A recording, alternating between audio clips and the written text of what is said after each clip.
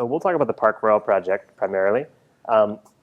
This is a classic example of a project that I think people look at and say, how did you get a client to agree to this? How did you convince them? But was that the case? Did you have to do convincing, or was it a matter of finding the right person? How did this project come to be, and was there such a negotiation over what is still a very unique design? It was with a client that we'd done some projects before, including the Newton Suites project with a lot of sky gardens in it. So we were lucky in that there was a level of trust there, I guess, with the client, that when we proposed something a bit crazy, they'd been through the journey, along the journey with us before. But yeah, they were pretty excited by the design, only worried about, you know, potential cost and that sort of thing. But in terms of the craziness of the design, they were quite comfortable with that. I guess as a hotel in an office environment, the idea was creating a hotel in a garden. It's sort of, Singapore is a garden city, so it's sort of consistent with the marketing of Singapore, and also as an urban resort perhaps. But I think at the end of the day, will it be a lot more expensive? It would be the question, really. Yeah, exactly. And I wanted to ask about that. Does the extensive planting and greenery, does that add to maintenance costs substantially? It does, because you need to be maintaining it. But the important thing is that I think they're not really more difficult to maintain than if they're on the ground. So if you picture a hotel maybe not in the middle of the city, but slightly out of the city, and it having a garden around it, no one would think that was outrageous. So somehow, just because it's on a building, people suddenly feel like the maintenance is this huge deal when it's not. I mean, really. you think of resorts, you got all the landscaping to maintain, but here it's an urban situation, so this is a rather unusual one. And but we convinced them that the way we've done them, it was really easy to maintain the gardens. It's as if it's on ground level. But one of the things that we think this building is different is what we call civic generosity. And I think what makes it different is that I think these gardens are not only enjoyed by the people who use the buildings, but the people in the city. I mean, in a very dense place like Singapore, where you have lots of buildings that are just concrete and glass, this building really stands out as one that has got lots of greenery in it. And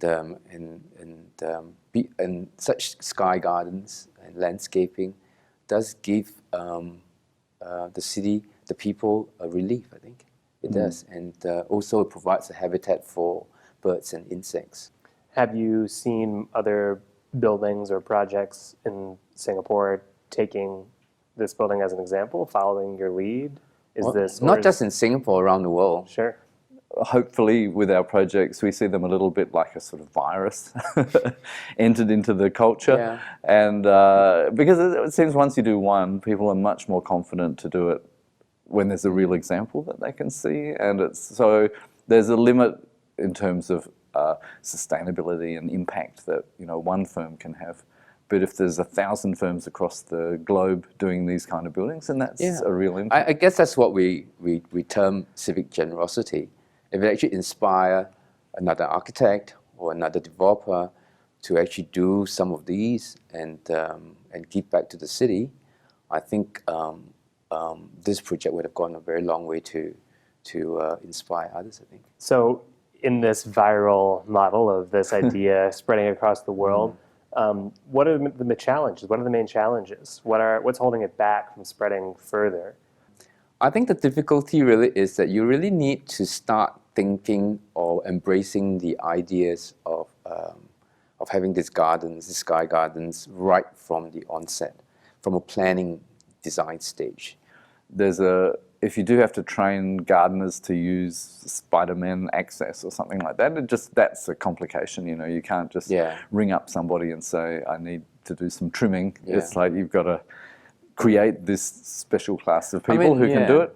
So our sort of philosophy was, if you can have a wheelbarrow and a rake and you know, some garbage bags, then you can just trundle along to wherever you need to go without going outside any kind of safety zone. That's the ideal. Because we see a few projects in Singapore now which are doing things like putting a fairly labour-intensive green wall on the outside, which the building itself can't even see.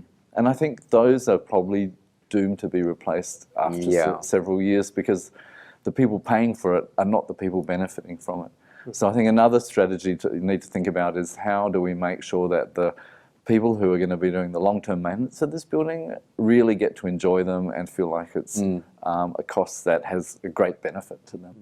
So some of the things I'm hearing, you want to make it as easy to maintain as a typical landscape job, but then absolutely make it anything but a typical landscape job in terms of where it is and what it's doing for the surrounding it's really area. quite simple.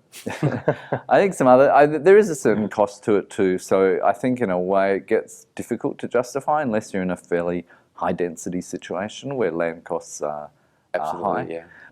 I guess it's very specific. Each location has its own formulas and balances between regulations and land price and construction cost and selling price. So it's probably something that in every location you've got to test a little bit and see what the roadblock is to do it, and see whether that roadblock could be removed. But I'm hearing nothing inherently holding it back from any climate or economic situation, except truly low density, low land area.